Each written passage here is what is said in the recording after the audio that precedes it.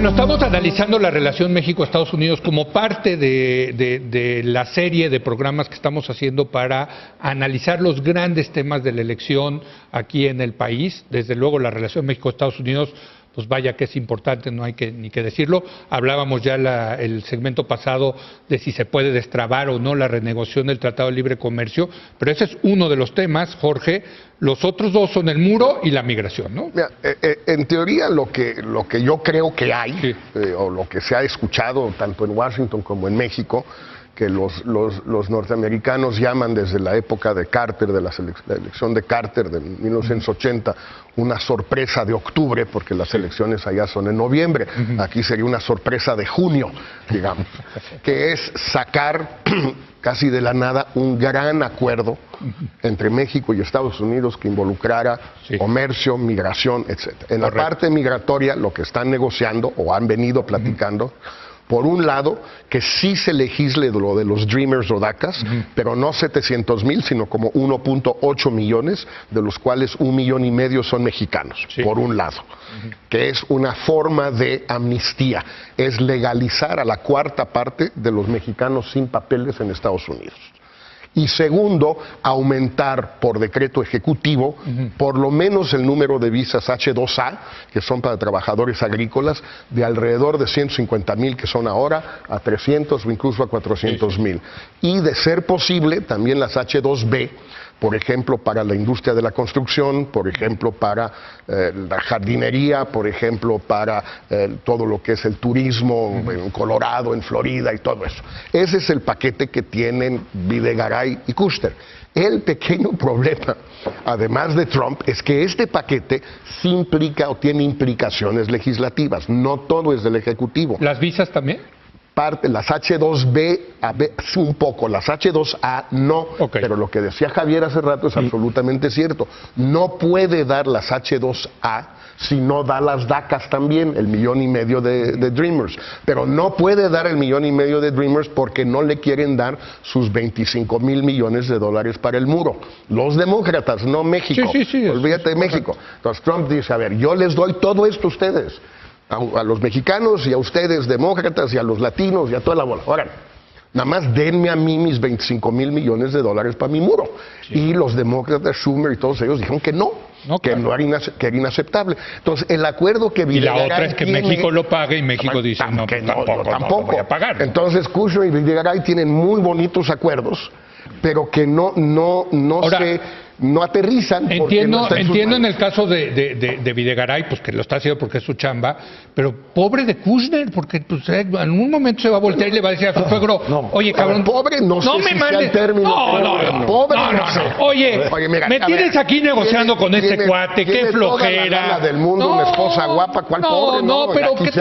Pero qué flojera que te manden a hacer horas nalgas negociando cosas que no van a salir, ¿no? A ver, a mí se me hace más incorrecto que lo haya puesto ahí Trump. Digo, bueno, claro, eso sí que está mal. Bueno, entonces, también. pobre no, ¿cómo acepta? Ya ni le amuela a Kushner aceptar esa chamba. Exacto, y más ahora que lo que negocias no sirve para nada, pues qué horror. Yo creo que lo que estábamos diciendo al terminar el bloque anterior es muy clave en esto. Es el tema central de la política, que son los tiempos. Yo siento para todo esto que conforme va apareciendo el escenario, es muy complicado y tiene cables cruzados por todos lados. La parte comercial, la parte migratoria, el muro. De manera que todo esto requiere mucho trabajo político después de que has llegado a un acuerdo. Si es que puedes llegar a un acuerdo, después de eso, si es que llegas al acuerdo de libre comercio, después de eso te faltan un año de elecciones, de cambios en el Congreso, de nuevos actores en el Congreso y de pues el cambio de la realidad, dependiendo de cómo se vaya haciendo. No solo eso, sino que México va a haber un cambio de gobierno, un cambio completo de gobierno y de Congreso. Y en Estados Unidos una elección intermedia crucial para el presidente en funciones de Estados Unidos. Que todo indica que le va a ir mal. Entonces estamos en marzo. En México la situación se resuelve en julio. En Estados Unidos en noviembre, está en camino ya a sus elecciones. Entonces, me parece una combinación muy impropicia de tiempos políticos con cosas difíciles de negociar, de acordar. ¿Y qué hay que hacer entonces en ese sentido? No. Hay que seguir arrastrando el lápiz hasta el final.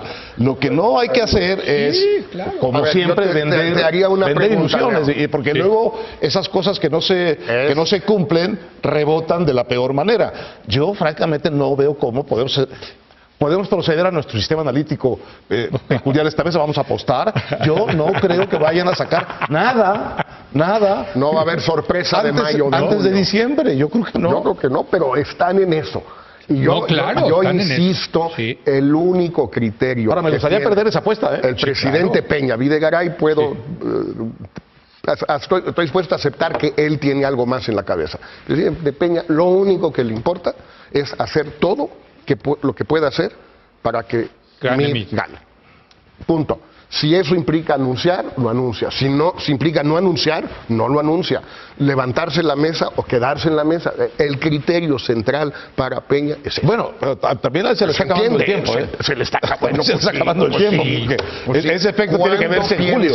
¿Cuándo piensa Peña Nieto instruir a Videgaray para que se reúna con los 3 o los 6 candidatos y les informe de la negociación?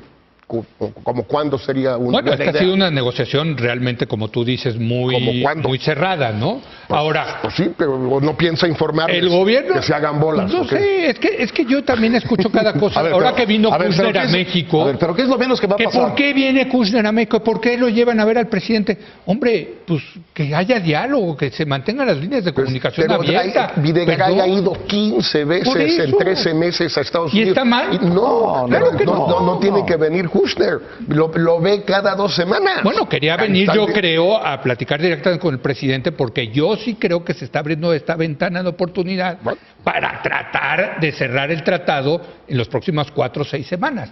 Creo que hay esa ventana de oportunidad. Ojalá. Nada más que un tratado peor que el que tenemos. Nada más que otra vez. Una vez que lo cierren, falta, Leo, todo el proceso legislativo. Todo más. Completo. Sí, claro. Entonces, digamos, no basta con que lo cierre, sería una muy buena noticia. Pero en la elección mexicana, cualquiera que gane, lo primero que va a hacer, quien sea, es preguntar, ¿y el tratado? ¿Dónde está el tratado? ¿Qué es lo que han concedido? ¿Cómo está? ¿En dónde estamos trabados? ¿Qué nos conviene? ¿Qué no nos conviene? Déjenme pensarlo. Formemos una mesa. A ver de qué se trata. Esto no me gusta. ¿Esto por qué? Digo, es elemental. O la otra es que el Senado lo apruebe antes del 1 de septiembre. El Senado actual. Pero ¿quién firma? En ninguna parte firman a ciegas las cosas, Leo. No, bueno, si logras una mayoría del PAN y el PRI, si lo pasa. Pero bueno, sí. Todo puede pasar. Bueno, pero a ver, después de cómo se van a agarrar a cubetazos, PAN y PRI, ¿quieres que juntos los senadores salientes aprueben un tratado y antes de Estados Unidos ni siquiera saber si Estados Unidos va a aprobar? Desde el punto de vista de Estados Unidos, oiga, pues ¿para qué negociamos? Mejor buen negocio con el gobierno que viene. Pues Javier, aquí ya regresamos al Tratado Libre Comercio. No. Bueno, perdón, muro. Pero yo creo que vale lo mismo para los otros temas de la relación bilateral. Es decir, todo está en camino de algo o todo está suspendido en un momento complicado y destrabarlo implica acuerdos que yo creo que los tiempos políticos hacen muy difícil. Ojalá se pueda. Muy difícil. Y luego Trump. O sea, son las dos cosas. Ya que llegas al acuerdo. El timing y Trump. Él regresa al espacio que le gusta, que es el de la incertidumbre, porque ahí tiene, según él, a sus contrapartes contra la pared, para negociar inciertos y dispuestos a conceder más cosas. Entonces, yo sí creo que el tiempo aquí ya se acabó. Javier. A ver, nada más rápido, yo no tengo ningún problema con que le echemos ganas como país, qué bueno, creo que es un equipo muy profesional, de primera. Insisto, el problema que yo veo es quien está del otro lado de la mesa, que es Trump, y su visión su falta de interés por México, su rechazo o incapacidad de ver la dimensión bilateral de muchos problemas, etcétera, etcétera. Pero quiero hacer referencia a el perfil del votante Trump. Salió un estudio muy interesante de quién votó por Trump y qué quieren de Trump, ¿no? Identifican a 5 grupos, es mi traducción de cómo los llaman en inglés: conservadores acérrimos, defensores del libre mercado, tradicionalistas, antielitistas y desentendidos. Cada uno tiene un peso diferente y cada uno apoya a Trump más o menos. Sí. Es decir, los defensores del libre mercado votaron en contra de Hillary más que a favor con Trump. Los conservadores acérrimos y tradicionalistas totalmente a favor de Trump. Esos dos, conservadores acérrimos y tradicionalistas, representan el 50% del electorado de Trump. Creo que esos y son los más pro-Trump. ¿Cuál es su postura en estos dos temas, el comercial y el migratorio? En el migratorio son totalmente antimigrante. Les doy nada más unos datos. ¿También los de libre comercio? No. Estoy hablando de los conservadores acérrimos y tradicionalistas. Ok. No, aquí ya quitaste los... Es que representan el 50% del voto de Trump. Y que votaron activa y proactivamente por Trump, no en contra de Hillary. También en contra de Hillary, por cierto. ¿Qué piensan de libre comercio y de migración? En cuanto a migración, el 85% de los conservadores acérrimos y el 81% de los tradicionalistas piensan que el gobierno debe hacer mucho más para restringir la migración. Es decir, es una postura muy agresivamente antimigrante. Olvídate, no documentada. Antimigrante. Todos, parecidos. ¿Sí? Entonces, aquí sí tenemos un problema, yo creo que mayor que con el Tratado de Libre Comercio, porque en el Tratado de Libre Comercio ahí sí está 50-50. Sí. El 50% piensa que tiene Trump que hacer, entre comillas, mucho más para renegociar acuerdos comerciales.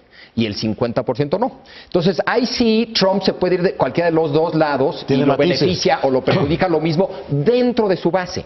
Pero en su base, el tema migratorio, y no estoy ahorita entrando en los detalles. Por eso a lo mejor sí se abre esa oportunidad de renegociar el tratado. No, porque yo creo que lo que más le conviene es no asumir, como bien dijo, se llama Edward Alden, este cuate, es no asumir no asumir costos, porque hay un costo de salirte y hay un costo de quedarte. Pero y el statu quo, por cierto, le ha beneficiado a México, hay que decirlo. México sigue exportando como loco a Estados Unidos, con el Tratado de Libre Comercio. Y este cuate argumenta que a Trump también. Bueno, pues entonces no debería de haber todos quedamos con el TLC 1.0. No hay prisa. Fíjate, eso no está mal. Pero yo sigo regresando al tratado, perdón. A ver, yo creo que aquí el tema también es que en la parte migratoria sí nos ha hecho mucho daño lo que ha sucedido.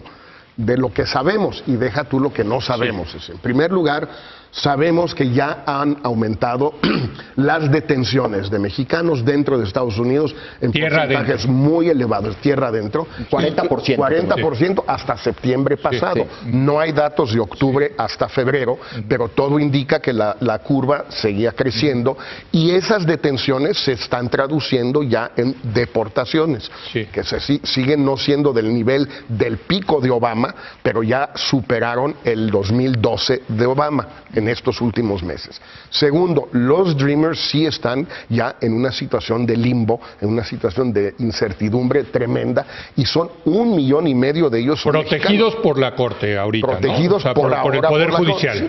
Porque ya pasó ya expiró, ¿no? La fecha.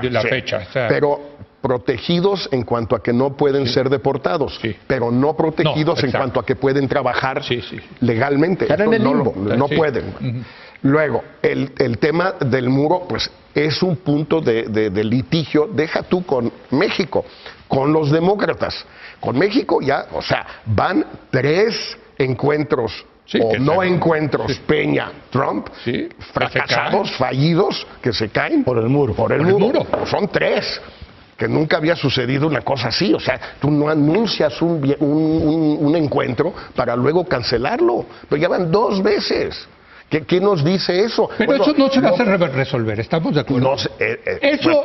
Entonces, la Peña, López, Anaya, la pregunta, Leo, para mí es: cuando el presidente Peña dijo 2 semanas antes de que tomara posesión Trump, vamos a negociar en paquete, se acabó estar rebanando la negociación y vamos a usar nuestras cartas fuertes en algunos temas para fortalecer nuestras cartas débiles en otros temas.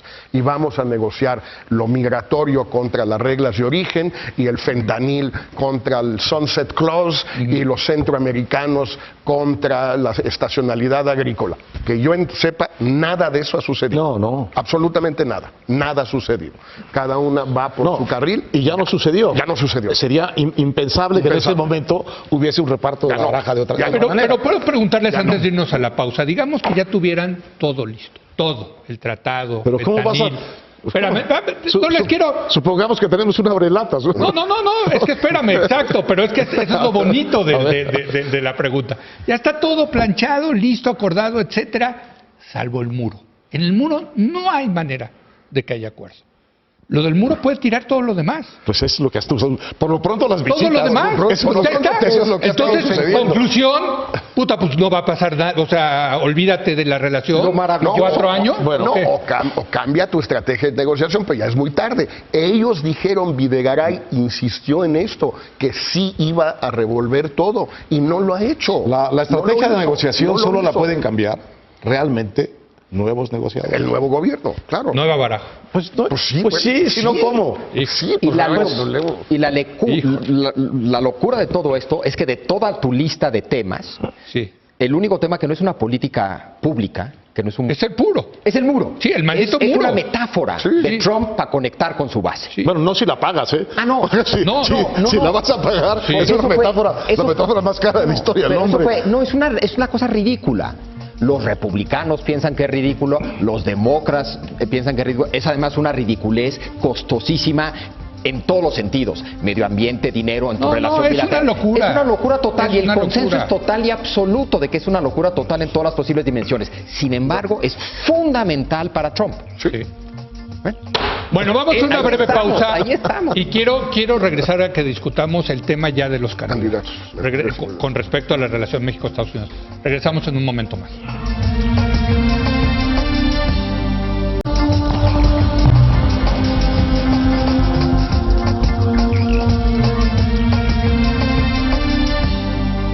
Bueno, vaya programa que estamos teniendo tratando ahora sí literalmente encontrarle la cuadratura al círculo. Bueno. No, porque sí está dificilísimo.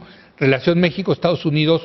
Héctor, y aquí entramos al tema de los candidatos. Yo hice una búsqueda de lo que están proponiendo los candidatos y la verdad no están proponiendo nada. Se han envuelto en la bandera nacional. Ya han dicho unas frasecitas. Bueno, si López Obrador, esto de que él va a hacer entrar en razón a Trump, esa de verdad habría que colgarla, ponerla en letras de oro, ¿no? Fíjate, Leo, de todas las faltas de propuestas que vemos en los candidatos respecto de los temas que están, esta es quizá en la que menos culpa tienen.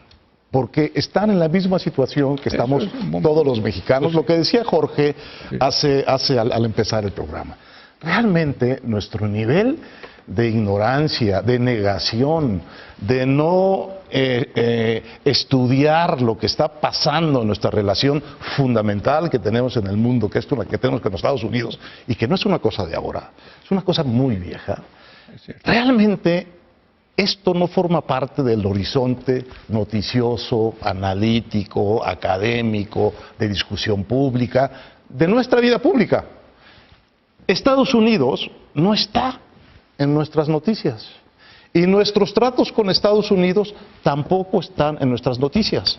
No están en nuestros periódicos, no están en nuestros medios académicos, no están en el Congreso, en el Senado, no están en las asambleas empresariales, no están. Están las estadísticas, sí, y hay muchos expertos, sí, pero esto no es parte del ambiente público mexicano normal. No sabemos qué acuerdos tenemos con la DEA, no sabemos qué acuerdos, qué sucede, cuáles son los problemas que tiene la embajada mexicana en Washington y la americana en México. No hay fuente de reporteros. ¿Por qué, Héctor? No sé. ¿Pero por qué? Así ha sido siempre. ¿Por qué siendo tan importante? Desconocemos. ¿Por qué? ¿Por qué? Mi hipótesis es que se tomaron una serie de decisiones hace varias décadas respecto a cómo iba a ser esa relación. Entonces, y luego la operación se delegó a los expertos. Entonces no había ningún incentivo para que la clase política se metiera en general en el tema de política exterior, incluyendo el tema de la relación bilateral. Eso ya estaba resuelto y había generado un gran consenso. Entonces la política era local y los temas eran locales. Política exterior no era una variable que importara para tu carrera política. Y eso se pensaba por buenas razones, porque efectivamente se habían tomado decisiones que habían generado consenso. Entonces tenemos... se lo llevaba a relaciones. Toda una generación de políticos que no tuvieron ningún... Hacienda, relaciones exteriores, en fin... Sectorialmente, lo tomaban sectorialmente. Totalmente. Y son de primera esos expertos y saben mucho de Estados Unidos. Pero el discurso público se vació de ese tema, que alguna vez sí estuvo ahí, en otras épocas por una u otra razón. No había ningún Pero no sería entonces el momento ahora en estas campañas de volver a llenar ese vacío. Ahora tenemos una clase política que creció sin saber nada del tema. Tendrán que aprender y muy rápido. Sí. También el problema es que mientras los candidatos o los medios o los empresarios o la iglesia no le exijan al gobierno que platique, que cuente, pues el gobierno no lo hace. Videgaray simplemente no hubo noticia en México del contenido de la llamada de los dos presidentes de hace 2 semanas, hasta que Trump dijo el sábado "Are you crazy?" y entonces Videgaray tuvo que decir pues sí, hablaron del muro y México y el presidente Peña le dijo que no vamos a pagar. No el hubo muro. una filtración en el Washington Post. En el Washington Post, sí, en el New York Times, no en pero la filtración mayor es el discurso del presidente Trump que dijo, repitió la conversación en un discurso público. Entonces, los medios no hacen su chamba, el Congreso no hace su chamba, los empresarios no hacen su chamba. Y bueno, pues entonces... Los candidatos no hacen. Pues, lógicamente no lo van a hacer. Entonces no está en el ambiente el problema y sus enormes matices, todos ellos importantísimos, por razones económicas, por razones de seguridad, por razones humanitarias, por razones de intercambio, por razones de riqueza cultural, por todas las buenas y las malas razones de esta gigantesca relación. Es como si... No, dice Jorge, como si fuera clandestina, en lo político, en lo diplomático, en lo periodístico, en lo cultural, en todo. Es como, es el gran elefante en la sala, yo tengo una y todos pregunta. pasamos y nadie hablamos del elefante. Y yo tengo una pregunta, sobre todo para ustedes dos que han estado involucrados en eso. ¿En Estados Unidos es diferente con respecto al tema de México? No, con México no, pero sí es muy diferente con respecto a China, con respecto a Rusia. Por eso, pero entonces... Hay una simetría. Pero entonces, en México no se piensa Estados Unidos y en Estados Unidos no se piensa México. La buena México. comparación debería ser con Canadá. Es decir, ¿qué tanto le meten los canadienses a ocuparse de Estados Unidos? ¿Qué especialistas hay en los medios, el Comité de Relaciones del Parlamento, las universidades? Es incomparable, o sea, no hay comparación. Y esa es la comparación útil, Canadá y México, no Estados Unidos y México. Pero añado, Jorge, con no ser México una prioridad estratégica en Estados Unidos, la verdad que la calidad del conocimiento que hay sobre México en Estados Unidos es muy respetable. En universidades, sí, claro. Y en la prensa. No, yo creo que aquí tenemos grandes expertos y conocedores, pero no está en el debate público. Eso es. Es donde nos falta, ni en el Congreso. Ahora, regresando al tema electoral, ahorita, las elecciones, es un tema. Pues los candidatos no van a decir quizá nada porque no tengan nada que decir. No sería una estrategia ganadora. Exacto, ese es el punto. Yo creo que uno de los debates, el de Tijuana, creo que es sobre... Pero es relaciones con el mundo. Con el mundo. Pero en Tijuana yo creo que van a hablar más bien de Estados Unidos. Hay más que decir. Y el moderador lo que debe hacer es obligarlos a hablar de Estados Unidos y que no simplemente repitan sus banalidades esas de que voy a entrar en razón o el otro voy a hacer que nos respeten porque yo sí voy a pedir respeto.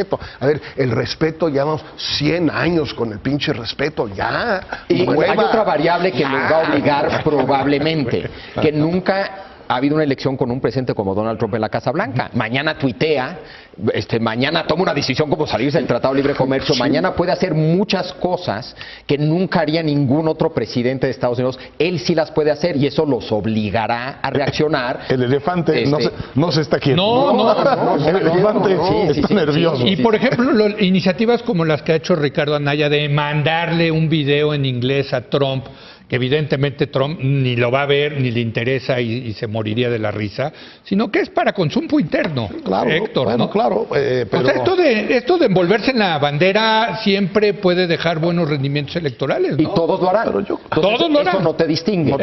No hay... Entonces, ¿qué sí te distinguiría? Bueno, yo sí creo que hay el espacio para que alguien tenga algo más que decir ¿Sabes sobre que el yo tema. sí, Y yo creo que se van a ver obligados. Yo sí echaría de menos y recomendaría mucho a los candidatos que hicieran por lo menos un discurso, uno en el curso, uno serio, describiendo cuáles son los problemas que tienen comunes México y Estados Unidos. Eso sería buenísimo. Uno, nomás para que nos comuniquen que están atentos o que se lo acaban de aprender y ya se lo saben, de cuál es el horizonte, el piso donde estamos en esta relación, que es la más importante que México tiene con mucho, por todas las razones, entre otras, por la humanitaria. Porque en ninguna otra país tenemos tantos paisanos viviendo y pasándola cada vez mal, cada vez peor puede ser por el antimexicanismo de Trump, porque no solo es que no le importe México, es que tiene un estereotipo antimexicano, yo creo que clavado. Es antimexicano. Por razones domésticas, desde mi punto de vista. O sea, no es que odia a México. Y algo de racismo. México lo usa para conectar además, con un electorado. Y es parte de un discurso racista, entonces, xenófobo. Ese discurso a mí me parece que sería una pieza muy importante, nueva, fíjate, y muy, yo creo que indispensable para saber los mexicanos en dónde están en ese sentido, parados nuestros siguientes líderes, ¿no? 100%, y en ese sentido creo que el que tiene más ventajas sobre los otros, porque fue secretario de Relaciones Exteriores, supuestamente conoce, es el tecnócrata. Yo creo que no. Es José Antonio mismo. Finalmente, a ver, él estuvo ahí, él conoce los temas. No creo que... Otra vez, cuando lo dijimos en la semana pasada, que necesitaría ya tener la enciclopedia de políticas públicas de sin duda. Pues uno de esos tomos es Relación México-Estados Unidos. ¿Quién como él la sabe? No, porque además fue secretario de Hacienda y esos dos puestos... Los dos son los fundamentales. No, sin lugar a duda uno pensaría que tiene una ventaja comparativa ahí. Yo creo que ninguno se beneficia de inmediato por esta situación. Además, y yo creo que los tres, porque lo que tienes que desarrollar es un nuevo discurso. Eso es. Porque además esto sucede en un contexto global, por lo menos occidental, muy particular. Entonces eso también te obliga a hablar de esos temas un poquito. Entonces, en esta cosa de nacionalismo contra cosmopolitanismo, digamos, ¿no? Y multilateralismo versus el unilateralismo de Estados Unidos, una serie de temas muy importantes. Y yo no veo una clara ventaja porque ya se trata de un discurso más político que técnico. Sin duda Mid es el que tiene las herramientas, la información pero es el y la que experiencia. Tiene también menos margen de maniobra. ¿Por qué? Porque no puede diferenciarse de Peña. No puede decir yo no estoy de acuerdo con tal parte de la negociación que ha llevado Videgaray. Es imposible. No lo puede hacer. Imposible. Y a lo mejor está de acuerdo, por cierto. No sé, bueno, tenemos ni entro a esa discusión, no viene al caso. Tenemos que ir concluyendo, Héctor. Un tema fascinante, sin duda. Y una gran oportunidad, yo creo, para los candidatos de meter este tema que está en el ambiente y no lo vemos, hacerlo visible y desde ahí ofrecer un futuro, una posibilidad de desarrollo en las condiciones reales de México con Estados Unidos que, pues no digo que supere, pero que amortigüe un poco este gigantesco terreno de incertidumbre y de antimexicanismo en que está hoy encerrada la relación. Yo diría que el viejo discurso de López Obrador de que la mejor política exterior es una buena política doméstica, no, me temo que en la coyuntura mexicana y occidental funciona mejor. ¿Crees? Ese discurso, la gente se atacaba de risa y se burlaba de ese discurso antes. En un contexto como el que estamos viviendo en la relación bilateral y a nivel global en muchos sentidos, la idea de pongamos la casa en orden, yo creo que conecta más. Pero poner la casa en orden, Javier, significa tener buena relación con los de allá. Estados Unidos estoy hablando a nivel Estados Unidos es parte de la casa. Claro, ¿Qué haces con la política? Somos la misma casa. ¿Qué haces con la política bilateral de drogas, de inseguridad, de migración, de seguridad? En la cocina, lo que estoy diciendo es que eso en el baño de visita, en la coyuntura parece estar ganando un perfil que ese discurso cosmopolita no está conectando como están conectando un discurso, no lo quiero llamar no cosmopolita, es una vez más la coyuntura favorece el discurso científico es provinciano. Ese es el término. Parece estar funcionando mejor en la coyuntura en México y en el mundo. Un punto. Jorge. Van a ir por lo menos los 3 candidatos de los 3 partidos. Espero que los independientes que califiquen también van a empezar a ir, creo que esta semana, al COMEXI, el Consejo Mexicano de Relaciones Internacionales. Cada uno va a ir. Será una oportunidad cerrada, privada, pero la primera creo que es el 20, a finales de esta semana o dentro de una semana. ¿Es desayuno? Es desayuno, pero yo creo que vale la pena pues, que se haga la mayor publicidad posible, aunque es para los integrantes del Consejo. Pero hay acceso a la prensa. Eso no sé cómo lo hayan decidido, no sé. Bueno, pues vaya tema, ¿eh? Qué buen tema, qué buen tema. Entonces ya tratamos, por cierto, antes de irnos para recapitular, ya tratamos inseguridad, corrupción, educación, relaciones México-Estados Unidos. Nos falta economía. Bueno, hay que empezar con economía que tiene social, ¿no? Y la social. No, bueno, sí. Y la social. Pero la economía, Claro. vamos, Inclusión la social. semana que entra empezamos con el que yo creo que nos va a dar para muchísimo. Gracias, Héctor. Vale. Gracias, Bueno, Javier. Leo. Gracias, Jorge. Gracias a usted por habernos acompañado. Yo lo espero mañana en punto de las 10 de la noche, cuando otra vez sea la hora de opinar. Aquí nos vemos.